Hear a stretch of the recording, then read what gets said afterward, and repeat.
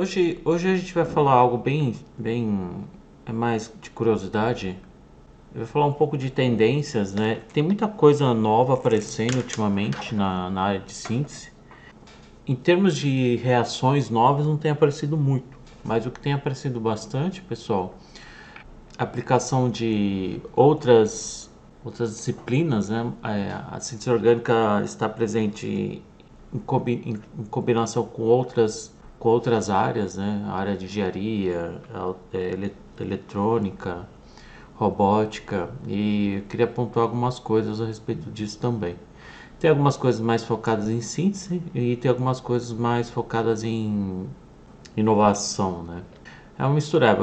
Eu vou talvez dividir essa aula em duas. A aula que vem também eu vou comentar um pouco mais. Tem muita coisa nova aparecendo e são coisas recentes que eu não sei o que vai ser realmente tendência, se essa tendência realmente vai vingar ou não, tá? Eu vou colocar só alguns exemplos. Hoje eu vou falar um pouquinho de síntese telescópica, uma vertente bastante interessante, está relacionado à economia de tempo e síntese. Depois eu vou falar um pouco de química em fluxo, bem por cima, tá, pessoal? Química de fluxo tem muita coisa, tem muito artigo de revisão. Depois eu coloco aí para vocês. E apontar uma coisa em outra de automação. Então, vai ser uma aula bem curta, tá? É mais de curiosidade. Bem, a síntese telescópica tem um pouco a ver com síntese, economia de tempo em síntese, né? Esse termo economia de tempo não, não tem é uma coisa diferente de economia atômica que a gente fala em química verde, né? É uma coisa diferente de economia atômica, tá? Economia atômica, para quem nunca ouviu falar, é uma equação dada em porcentagem que relaciona a massa molar do produto divide pela massa molar de todos os reagentes. Economia atômica, quanto mais perto de 100%, significa que você está desenvolvendo um processo bastante verde. Por exemplo, se você faz uma Diels-Alder, né? Diels-Alder, bem simples, a gente tem o produto, isso aqui. O que seria uma economia atômica? Se você pegar a massa molar do produto e dividir pela massa molar dos reagentes, vai dar 100%, né? Então ele tem uma economia atômica de 100%. O que significa isso? Significa que todos os átomos do reagente estão incorporados na estrutura do produto. Então o Diels-Alder é um ótimo exemplo onde a economia atômica é 100% e é uma reação praticamente limpa, né? Que você não gera subprodutos ou resíduos. Se a gente pegar um exemplo de uma reação que gera muito resíduo, não vou dizer assim, mas uma quantidade alta de resíduo, mas CN2, por exemplo, qualquer, onde um grupo de saída é um iodo, e aí você vai jogar um nucleófilo de bromo, por exemplo, um brometo, uma CN2 bem simples. Se você pensar na reação de SN2, a gente vai ter algo parecido com isso, né? Supondo que seu composto orgânico é o composto principal que você quer, né? Você percebe que você tem um resíduo aqui, que é o iodeto, considerado como resíduo. E aí, se a gente fizer essa conta de economia atômica, a massa molar do produto vai ser só a massa molar disso aqui, dividido pela massa molar de todos os reagentes, ou seja, isso inclui esse iodeto e esse brometo. Vai dar menos que 50%, pode acreditar, tá? Porque o iodo ele pesa muito, ele pesa em torno de 127 gramas por mol, né? Então ele é um átomo grande, ele sai aqui na forma de iodeto, isso compromete um pouco a economia atômica da reação. Mas a gente não está falando disso, a gente está falando de outro termo que também tem tem um viés de química verde, que é a economia atômica. O Yujiro Hayashi ele comenta que a síntese ele tem que ser rápidas, né? Porque o tempo que você gasta, falando resumidamente, né? Que tempo é dinheiro. Se você faz uma síntese muito demorada, uma síntese que demora 2 dias, uma síntese que demora um dia, aquela síntese que você deixa agitando de um dia para o outro, né? Você gasta energia, né? Para a reação acontecer. E esse tempo gasto aí você poderia estar fazendo uma segunda, uma terceira reação se você está lidando principalmente com síntese total. Para comparação, com base em comparação dessa nova filosofia de economia de tempo que eu gosto, que eu sou adepto também, eu vou colocar aqui uma síntese do Tamiflu, do Corey. Do Corey é aquele que ganhou o prêmio Nobel, né? Quando o Tamiflu foi vou dizer que foi descoberto, foi desenvolvido e foi observado que o Tamiflu ele era um dos poucos fármacos que eram eficazes no tratamento de influenza H1N1, H5N1. Houve uma corrida na academia para quem sintetizasse o Tamiflu de uma maneira mais rápida ou mais em menos etapas, né?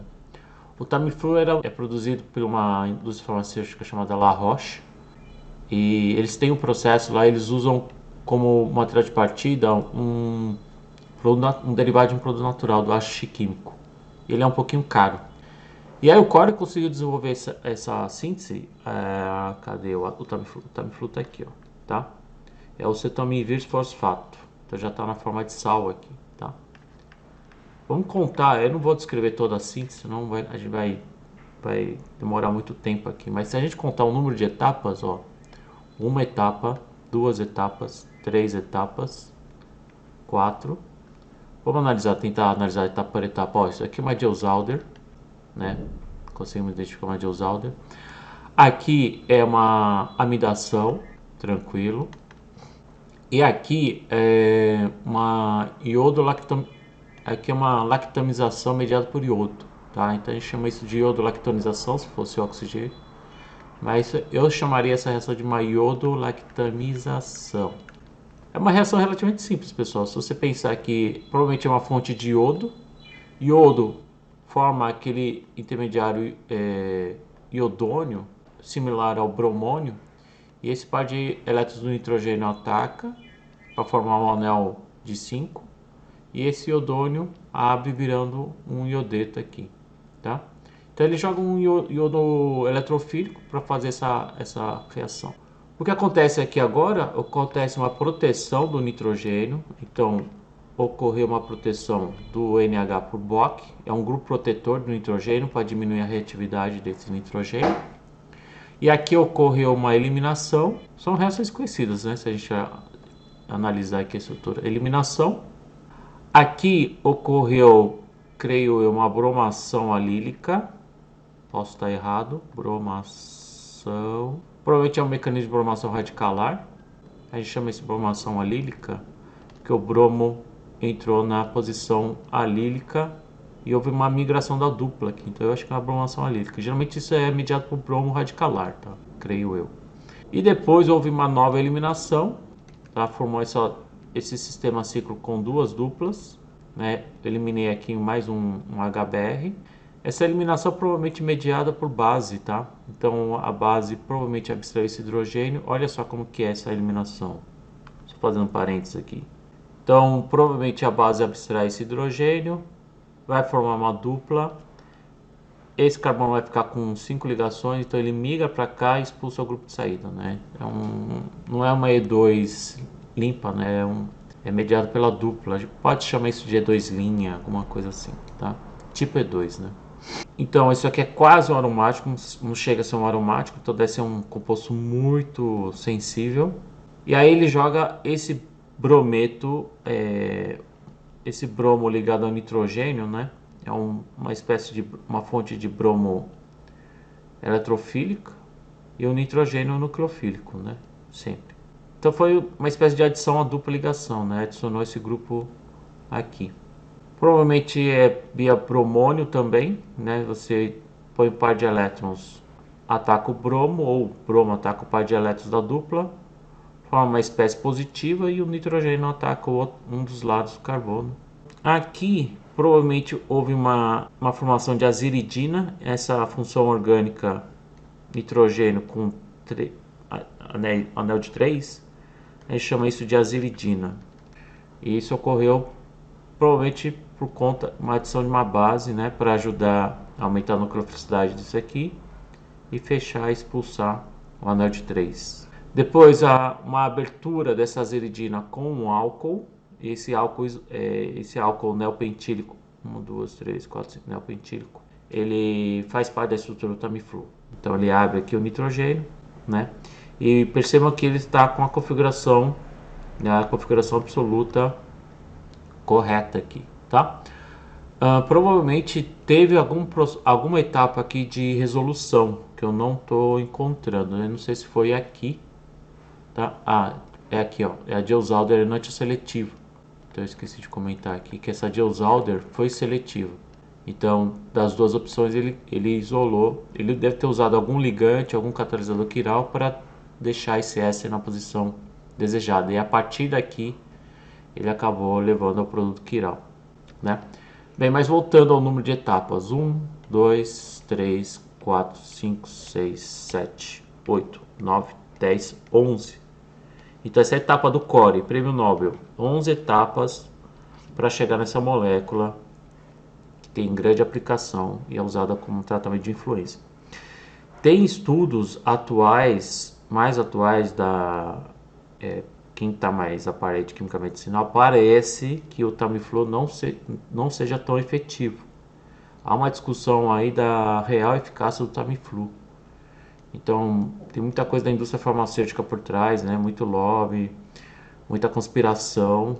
Não dá para dizer se realmente o Tamiflu é eficaz para a influenza. Está surgindo aí um bafafá em cima disso.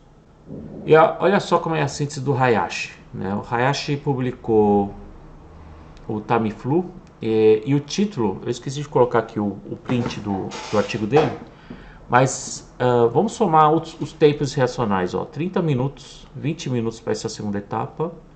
Então já tem 1, 2, 3, 4, 5 etapas para chegar na base livre, tá? Então seria 6 etapas, mas são bem menos etapas que as etapas do core. E uma coisa que eu não comentei aqui é o tempo reacional de cada etapa. Eu não sei qual que é o tempo aqui, tá? Eu esqueci. Mas pelo número de etapas a gente deve perceber que é um tempo relativamente alto. Eu acho que se soma todos os tempos reacionais, talvez dê uns 2 dias, alguma coisa assim.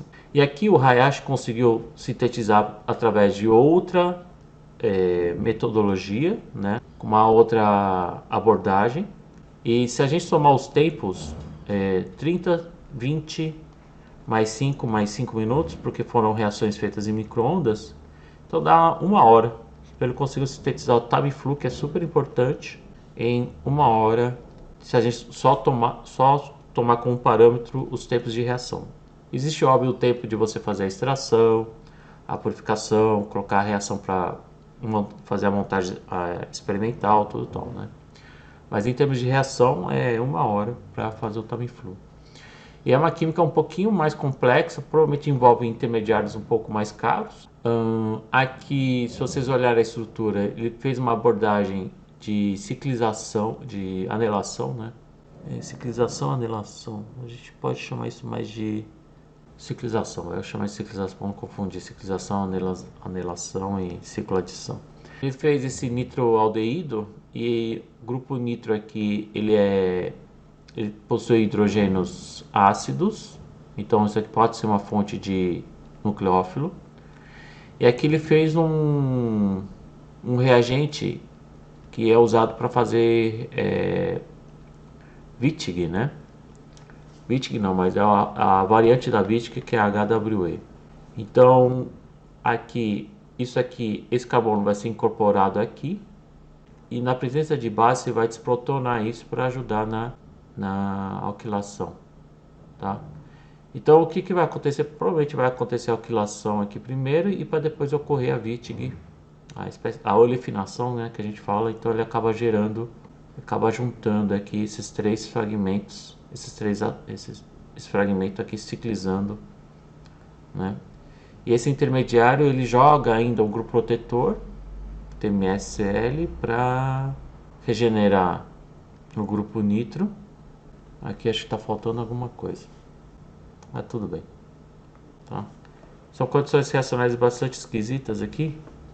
Provavelmente aqui foi para formar esse nitro com a dupla, então aqui provavelmente foi para regenerar o grupo nitro. O nitro ficou para frente, ele jogou TBAF para racemizar esse centro, é isso que eu entendi. E depois ele fez a redução do nitro para o grupo amino, usando zinco, e tudo isso em micro-ondas. E acabou fazendo esse composto em muito menos tempo, em menos etapas. Ele publicou uma revisão comentando sobre economia de tempo, principalmente em tempos de pandemia. Esse conceito também está ficando cada vez mais presente, tá, na academia. Então depois eu acho que eu tenho um artigo aqui, depois eu passo para você. Ele fez outras moléculas importantes em pouco tempo, tá?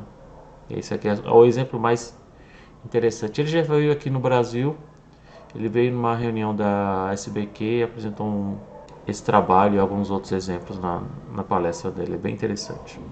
Isso aqui está fora de ordem, pessoal, mas eu queria só falar da parte de... Isso aqui tem um pouco mais de automação. É uma mistura de automação com síntese e fluxo, né?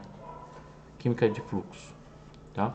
E mais uma coisa, então tem automação, química de fluxo e cloud, computação na nuvem, né? Planejamento de inteligência artificial, então você precisa de computação na nuvem para isso acontecer. Então são 3 coisas. E isso aqui saiu na Science em 2019, é algo que eu acho que é bastante relevante e talvez com isso talvez seja uma grande tendência. Eu acho que isso é tendência principalmente por causa dos autores. Tem bastante autor aqui, autor de engenharia mecânica do MIT, tem pessoal da engenharia química, tem pessoal de Bristol Myers Squibb, de farmacêutica, tem pessoal da Pfizer, então tem outros coisas de computação. Então é um trabalho multidisciplinar, tem como foco a síntese orgânica, né? Antes de falar disso, né, eu vou falar um pouco de flow, de química em fluxo. Isso aqui também está bastante em alta. Tem muitos pesquisadores que estavam fazendo síntese de bancada, ou seja, pegar um balão ou pegar um hélio, um Beck fazendo a reação, e estão comprando equipamentos para adaptar as sínteses que eles costumam fazer em síntese em fluxo. Para você adaptar um sistema de batelado para um sistema de fluxo não é tão complicado, mas pelo que me falam que é difícil, demora um pouco para você pegar o jeito, né, pegar a mão.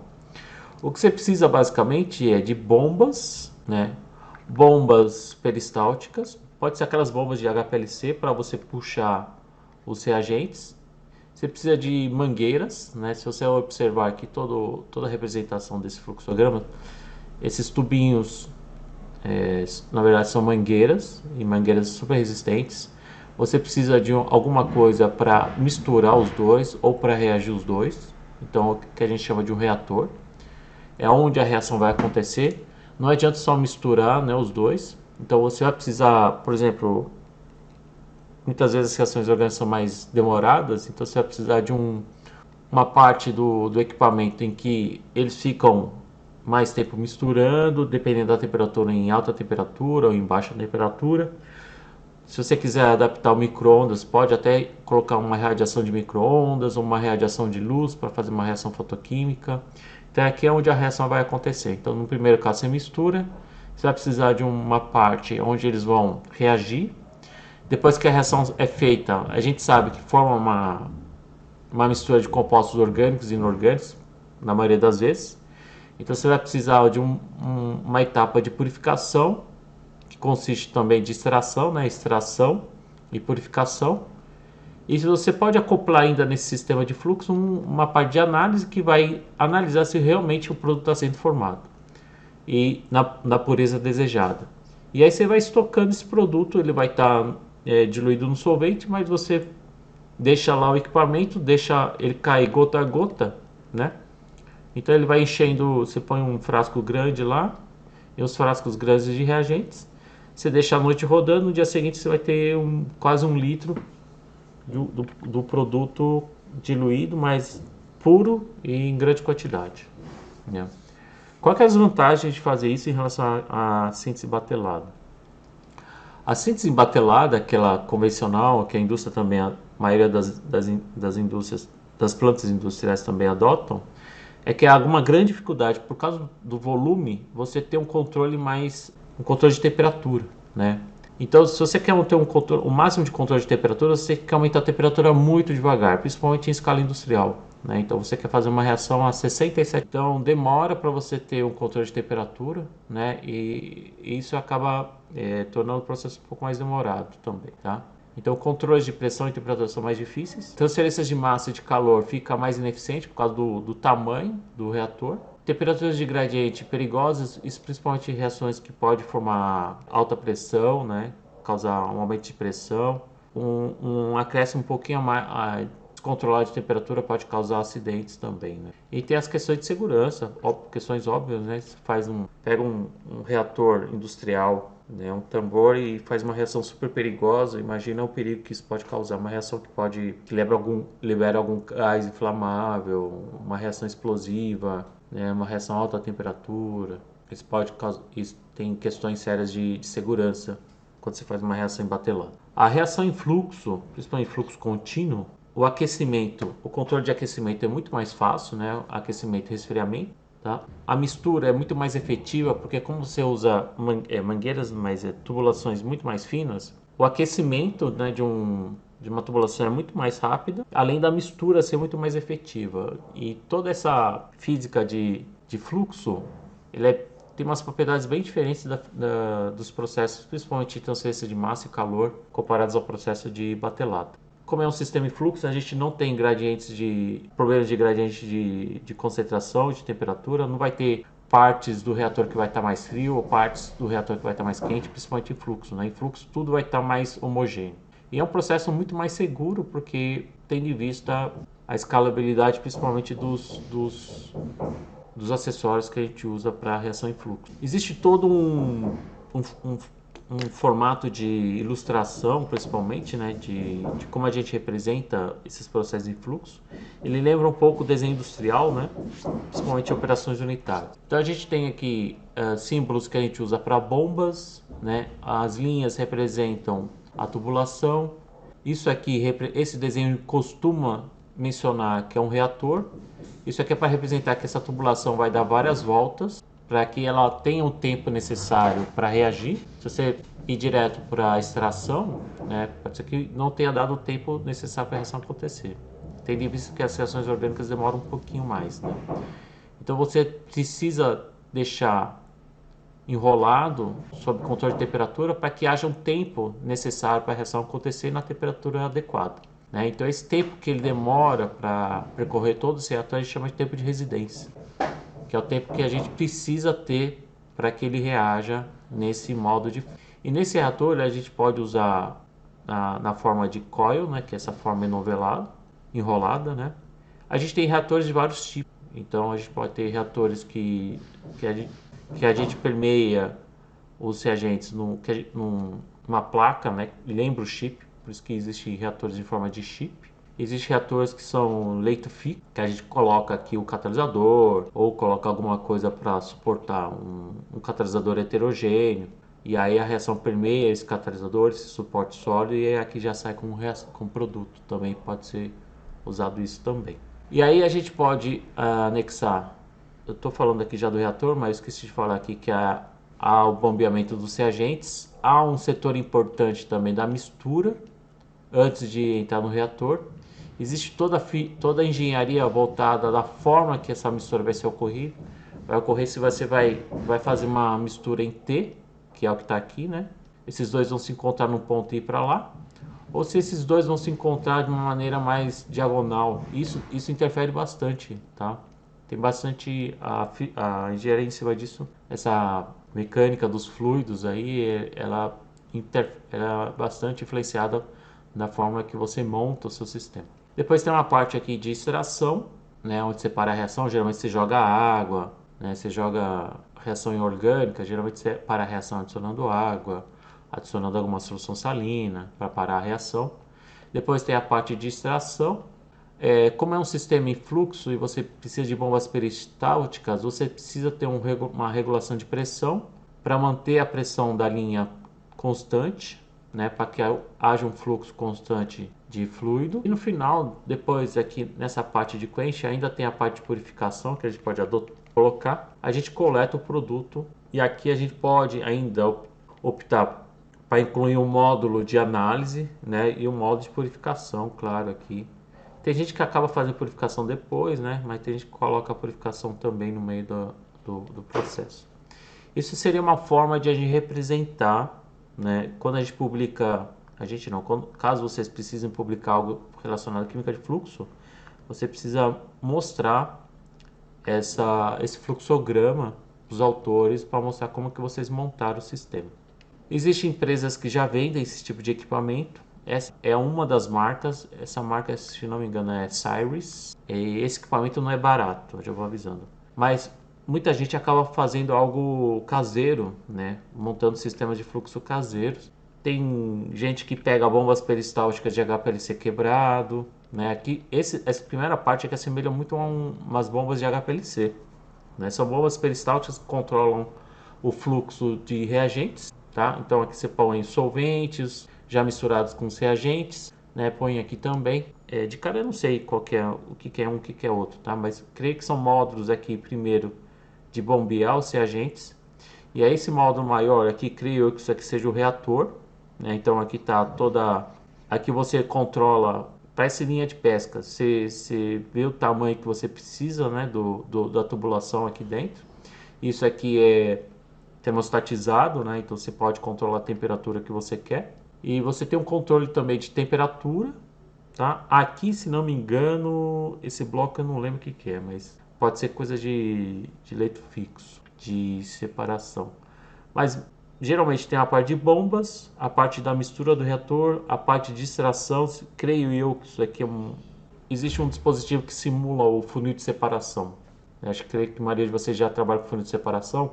Vocês podem pensar, mas professor, quando você joga água na reação, como que você separa em fluxo a fase aquosa da fase orgânica, né?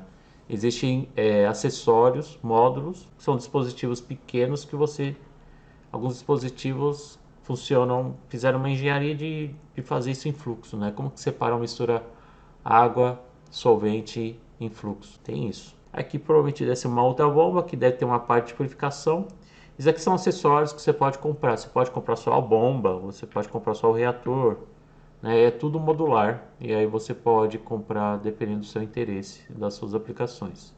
Eu não, olhando assim, não é muito a minha área, então não dá para eu inferir o que é cada uma dessas partes. Creio que essa parte aqui, por exemplo, seja a parte de cromatografia. Ó. Aqui está cheio de tubinhos, então provavelmente deve ser alguma coisa de separação ou uma coisa de análise. Eu vou deixar depois também um artigo de química, um artigo de Open Access do OPRD. Essa revista é muito boa, pessoal, uma das revistas que eu mais gosto da ACS. OPRD, Organic Process and Research Development. São artigos de síntese orgânica, né? Só que em escalas, eles fazem em escalas gigantes. Então, mostra um pouco o que a indústria tem feito, principalmente também. E é um artigo de revisão de química de fluxo para síntese de compostos farmacêuticos ativos, né? De API ou de IFA, como a gente fala em português, né? Síntese de IFA usando química de fluxo. É bem interessante. Vocês vão perceber que são moléculas um pouquinho mais simples que aquelas moléculas que a gente discutiu nas sínteses clássicas ou as sínteses modernas, tá? Porque não dá para fazer todas as reações de fluxo, né? Tem algumas limitações na química de fluxo. Química de fluxo você não pode fazer em meio sólido, por exemplo. Não tem como você transportar um sólido num tubinho. Tudo tem que estar dissolvido no solvente.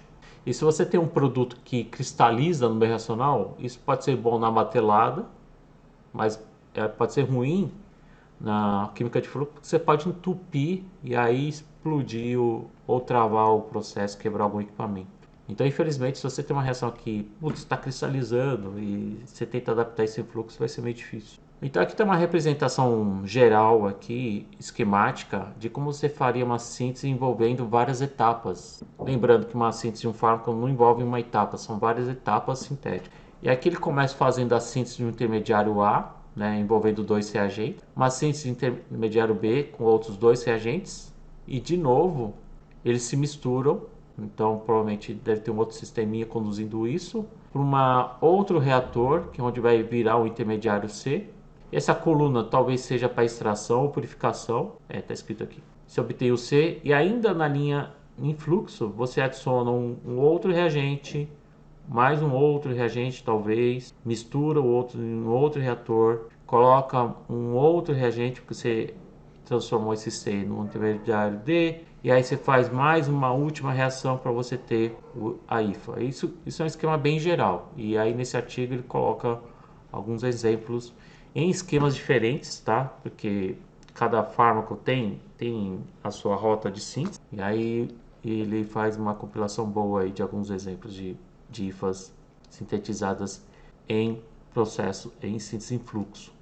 Eu queria encerrar a aula falando desse trabalho, que é aquele trabalho que eu falei lá atrás, onde ele combina síntese em fluxo, automação, tem um robozinho aqui fazendo a síntese, tem a síntese em fluxo e tem a parte de retrossíntese, que envolve inteligência artificial, algoritmos, né?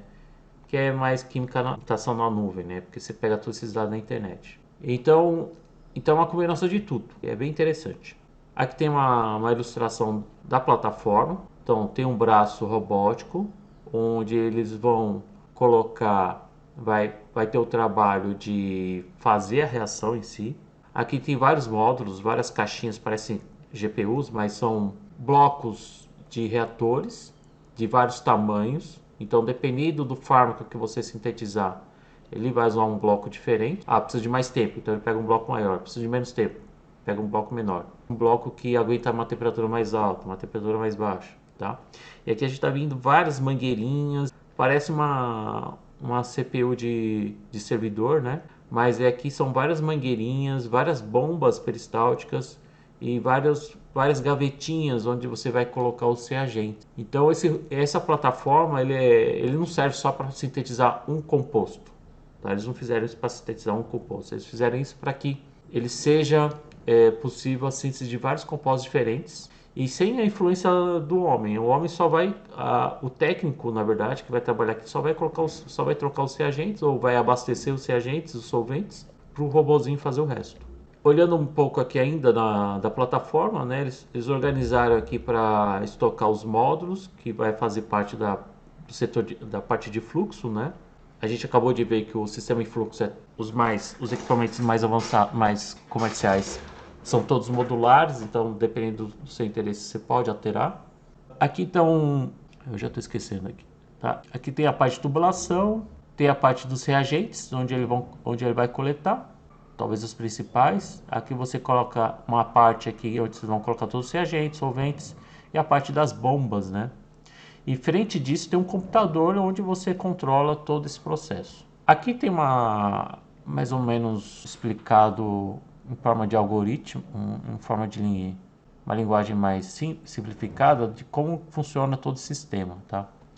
Na verdade eu já esqueci um pouco, mas vamos tentar aqui. Então vamos supor que você quer sintetizar um composto. E aí você manda o que você faz. Se a gente pensar lá nas aulas iniciais, a gente vai lá no Reaxys, no SciFinder, se voltar. A gente vai no Web of Science e pesquisa tudo sobre a molécula alvo. Mas vamos supor que você está com pressa e você quer sintetizar o quanto antes, né? Então vai ter a parte, você coloca lá os dados do composto alvo, como se fosse no Reaxys, tá? A rede neural do Reaxys, né? Os algoritmos deles lá vão colocar algumas possíveis formas de síntese. Então vai dar vários resultados de possíveis rotas sintéticas. E aí você faz uma análise, então ele faz aqui nessa análise retrosintética baseado no produto que você quer, quais são os possíveis precursores para fazer esse composto. Então, de cada etapa. Então, etapa 1, etapa 2, etapa 3, etapa 4. E aí, você pode fazer uma triagem com base, talvez, no reagente que você quer, no custo, no rendimento, né? De quantas vezes essa reação deu certo, quantas vezes essa reação deu errado. Tá? Então, aí você até chegar numa rota interessante. Isso também passa por aqui. Você faz uma triagem aqui para ver os possíveis precursores, você faz uma outra triagem aqui para ver qual que é mais, aqui em questão de prioridade, eu não entendi aqui, mas provavelmente deve ser relacionado a preço, né, toxicidade. Até então você chegar nas rotas sintéticas, você vai precisar ver, o computador vai falar para você quais são os reagentes, solventes, catalisadores, temperaturas que você vai precisar. E isso aqui você joga tudo para o equipamento e o equipamento adequa para isso. Então você vai ter no final todos os parâmetros e aí você joga para o computador, para o equipamento, e o equipamento vai fazer isso sem você mexer um dedo sem mexer em um frasco de reagente. Então aqui tem mais ou menos o fluxo que eles de trabalho deles, né? Na verdade, proposta aqui para você chegar no produto que você quer. Então existe a pesquisa bibliográfica, tem a parte de análise retrosintética, ver as condições, né? Ver qual que realmente pode dar certo. E aí você prepara a rota, configura a plataforma, pede para executar e se der certo você pede para aumentar a quantidade. Isso, ele não faz isso, ele não inventou do zero. Existem muitos trabalhos atrelados a todo esse processo aqui de síntese existem algumas referências, depois eu passo esse artigo aqui, tá? Então, bases de dados, tudo a parte de literatura, a gente vai nas bases de dados. Esse CASP aqui talvez a parte de ferramentas de predição de retrossíntese, né? Existe ferramentas de predição de condições, existe ferramentas de predição de reações, se a reação vai dar certo ou não. Coisas de automação de síntese robótica, síntese em fluxo, tá? E esse trabalho aqui é o que compilou o máximo de recursos neurais para fazer a síntese automatizada, tá? Então não vou comentar tudo de novo não. Então você escolhe a rota, né, usando redes neurais. Então praticamente você não precisa pensar para analisar qual que é o melhor. Tá? Então ele vai fazer o planejamento retrosintético, vai ver qual que é a melhor condição e vai avaliar a melhor rota para sua molécula-alvo. Isso tudo tem baseado nos algoritmos para ver se a reação faz esse aqui o fluxo de trabalho do planejamento de síntese do algoritmo do planejamento sintético, tá? Então eles fazem algumas questões para ver se tal condição é boa ou não, né? Isso em termos de reatividade. Então aqui ele fez uma simulação com safinamida. Safinamida é uma molécula usada para anti-Parkinson. Esse pelo menos eu sei para que serve. É uma molécula nova, desenvolvida por uma farmacêutica italiana. E aí ele vai na literatura, vai no computador, né, na internet, pesquisa lá quem já sintetizou, né, ele procurou 27 trabalhos. Aqui eu estou tentando entender um pouco da rota sintética, mas ele está fazendo uma análise retrosintética, né? Daqui percebe que tem uma dupla aqui, então há 27 exemplos daqui para cá, se é isso que eu entendi. Ele analisa se é comercial ou não, então nesses dois casos não é comercial. E aí depois ele analisa maneiras de fazer e viu que dá para fazer via misturando essa amida com esse aldeído.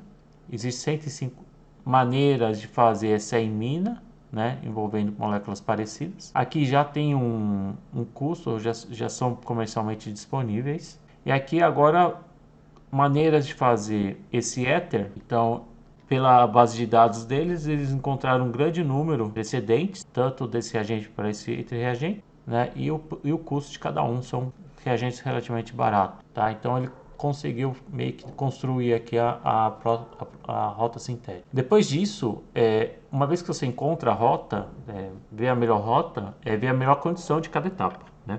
Então aqui, ó, essa reação é relativamente simples. Se você olhar aqui um fenol reagindo com cloreto primário para dar um éter, o que você precisa fazer? Nucleófilo, esse carbono ligado a um cloro, eletrófilo. Então, de alguma maneira, você precisa reagir o O nesse carbono e expulsar o cloro, mais CN2. Isso mediado por base, porque você precisa tirar esse hidrogênio no final da reação. Então, ele pesquisou aqui várias condições diferentes, todas, grande maioria aqui usando carbonato de potássio, porque carbonato de potássio é uma base relativamente barata. Existem alguns exemplos com carbonato de césio, né? Aqui algum catalisador de transferência de fase, e solventes e temperaturas diferentes. E daí ele vê qual que é o melhor. Então acabou escolhendo, creio, esse parâmetro 1, que foi daqui. Agora eu não lembro qual que foi o critério, tá? Talvez tenha sido rendimento, né? Talvez tenha sido... Porque DMF, por exemplo, é um solvente chato para trabalhar, mas fizeram desse jeito. E usaram softwares de predição de produto, por mais que tenham exemplos na literatura. Então qual que é a chance? Fizeram um cálculo, né? Um estudo teórico de qual a chance dessa reação dar errado. Então viram que essa reação dá grande chance de acontecer 99,9%, então é confiável seguir por esse caminho. E eles podem até também você procurar precedentes para que essa reação aconteça, tá? Creio que seria para esse tipo de fragmento, né? Para esse template aqui. Então você quer um template que dê mais embasamento que essa reação vai acontecer, e ele captou aqui um exemplo que a reação acontece com base no Reaxys, ó. Então tudo isso aqui talvez tenha usado o Reaxys como a plataforma, principalmente nessa parte de retrossíntese. Então esse fluxograma maluco foi a montagem, né, é um esquema daquela plataforma física, onde você tem a possibilidade de modular cada uma das etapas, dependendo do tipo da reação. Então vamos supor que a reação precisa de 5, 10, 30 minutos, ou precisa de um agitador mecânico lá por um bom tempo. Então você pode modular leito fixo, tempo de residência de 5, de 10, eu não sei se isso aqui é metros não, acho que é tempo de residência, né? Tamanhos diferentes com base no tempo de residência. E aqui são ilustrações de bombas, controladores de fluxo, de pressão, tá? E onde todos os reagentes aqui vão ser adicionados ao longo do tempo. Pelo que eu estou entendendo aqui, se cada um desses números aqui for um reagente, você pode modular para reagir de diversas maneiras diferentes. Então, você pode controlar para que o reagente entre depois no processo de separação. Então, isso aqui pode ser um solvente. Esses outros três de baixo aqui podem ser utilizados para entrar numa segunda etapa, ou colocar todos ao mesmo tempo.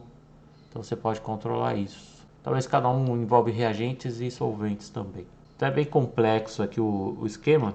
Então você vê aqui a controle de pressão, então você desenvolve a parte de desenvolvimento do processo, né? Ver quais são os melhores parâmetros para fazer essa reação. Essa figura eu já mostrei de novo, então aqui tem a visão geral, né? É uma plataforma de execução de reação, de fazer síntese e de planejar reações configuráveis, então serve para qualquer tipo de reação, a princípio, no contexto de desenvolvimento de um fármaco, né, naquela linha de produção lá de um desenvolvimento de um fármaco. Aqui é a vista de frente, onde você está controlando todos os parâmetros para um computador. Isso aqui ocupa o espaço de uma bancada, praticamente de uma capela, tá? Então não ocupa tanto espaço. Aqui tem a parte dos módulos, então tem módulo de reator, a vista de frente, a vista de trás, né? Aqui tem a parte de onde você vai misturar por um bom tempo. Aqui tem um módulo, esses módulos são todos intercambiáveis, então tem um módulo de leito fixo, tem um módulo de separação, né? Tem um módulo universal de reação, tá? Que você pode colocar aqui. Aqui são o que a gente chama de reagent tree, que são todos aqueles reagentes, 7 reagentes que você pode controlar, cada um aqui separados, tá? Acho que está tudo aqui, ó, 0, 1, 2, 3, 4, 5, 6, 7. Então você pode modular, o técnico vai ter que fazer essa parte, né, conectar um reagente de um novo processo, vai ter que ficar trocando esses reagentes, óbvio. Então algum desses números vai ser solventes, outros vai ser solvente misturado com reagente, tá? Fases aquosas, tá? E aí vai.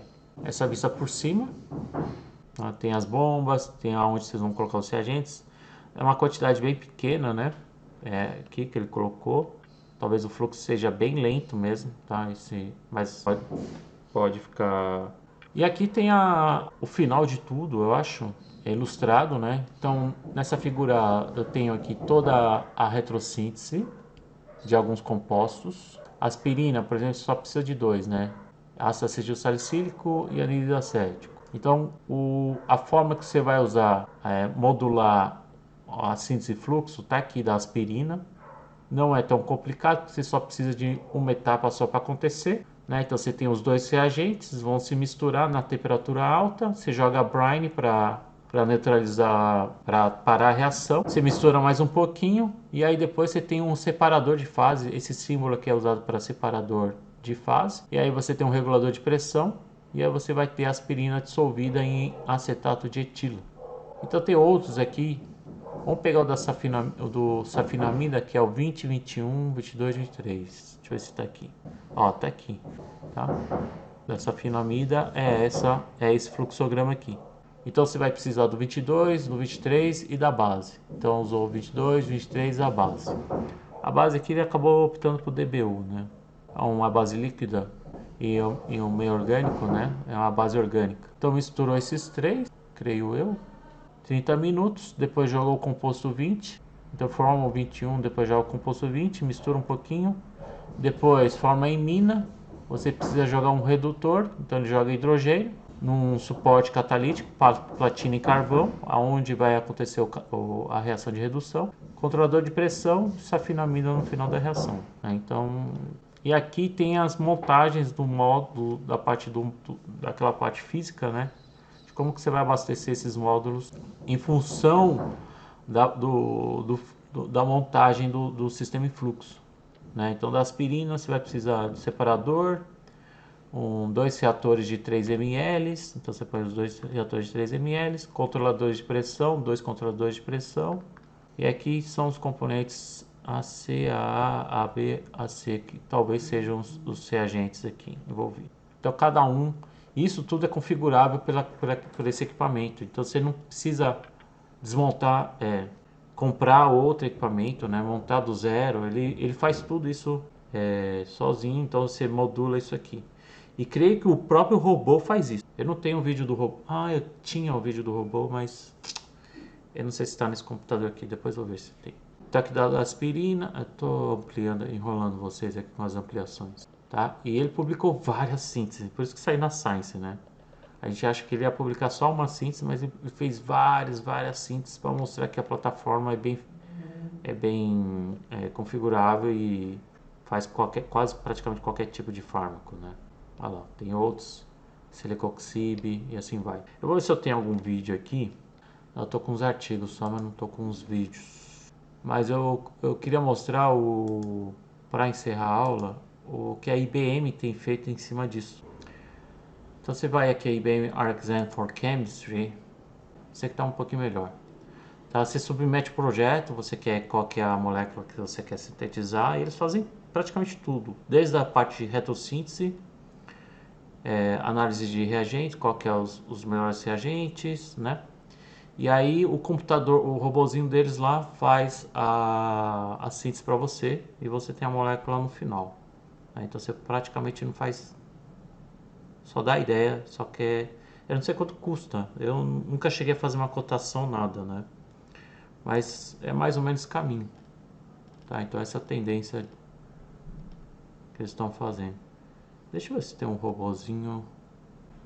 Depois eu passo os vídeos do robozinho, né? Isso tudo usando inteligência artificial, né, e a automação. Duas coisas que eu acho que a tendência é igual carro autônomo. Daqui a pouco não vai ter mais motorista. Então, laboratório autônomo, daqui a pouco não vai ter mais o químico, né?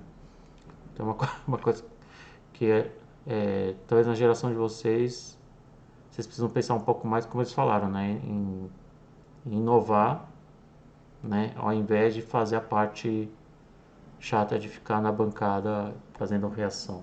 Olha o que acontece aqui. Aí, ó, você faz um login, fazer um login com o Google mesmo. Deixa eu ver se aparece alguma coisa. Tá, aqui tem tudo, né? Você pode usar Translate your chemical experience from text to exact steps to follow. Então tem toda a parte do suporte, né? Eles oferecem um serviço, né? Não é mais o produto, é mais o serviço que chama atenção, né? Que é a tendência de hoje. Então você pode colocar. Deixa eu ver se eu tenho algum projeto aberto aqui, acho que não tem nada. Então você desenha, depois você vê, ó, tem a webcam aqui do robozinho. Webcam ao vivo. Ó lá, tem uma câmera ao vivo lá do robô, não sei se ele está trabalhando. Tá, então essa é uma imagem ao vivo mostrando lá, são várias câmeras, né? Fazendo a transmissão. Tá parado lá, acho que ninguém, não sei se tem uns frasquinhos aqui no meio do nada. Talvez esteja manutenção. Mas tá aqui o robô para mostrar que existe e funciona, né? Tem toda a parte pneumática, né? De filtração, separação. Isso aqui é química de fluxo, né? Não deixa de ser química de fluxo. Os vials, e aí vai. Você pode colocar os reagentes, né? Tudo organizado. É isso, tá? Então essa é uma tendência que eu acho que vai ter bastante pesquisa em cima disso. Eu acho que é uma coisa, automação, esses laboratórios autônomos em que você acessa de casa, né? Então você vai precisar. É, podia comprar um desses por lá, mas uma coisa é ter o equipamento, outra coisa é manter o equipamento, né? Eu tento cuidar lá do o RMN da universidade é quase um elefante branco. Ainda bem que tem gente que está usando. O ressonância, a gente precisa fazer uma recarga de hélio, por exemplo, né? E o hélio tá ficando cada vez mais caro, não só por causa da guerra, né? Mas tá ficando cada vez mais caro. As reservas de hélio estão acabando. E antigamente um litro de hélio custava R$ 90. Hoje o litro de hélio está 300 e alguma coisa. Pra vocês terem uma ideia. Então tá muito difícil, né? Você precisa estar perto de algum. Você precisa ter um suporte, né? Um financeiro bastante bom, né? Bastante que conceda esse tipo de, de. A gente precisa também ter um suporte tecnológico também. Não sei se a gente tem esse tipo de suporte. Vai quebra isso daí. Quem que vai ter que chamar o cara lá de Zurique para vir para cá consertar, né? Então a gente precisa também ter importar essa tecnologia aí. Esse aqui é lá de Zurique. Não, o de Zurique era do. Esse é de Zurique, Suíça. Né? Então é uma coisa. A gente pode fazer algo mais caseiro, né? Ver se alguma empresa consegue se interessar, melhorar, mas ó, você vai nesses lugares já tá tudo pronto, né? Comprar um desse aí, não sei.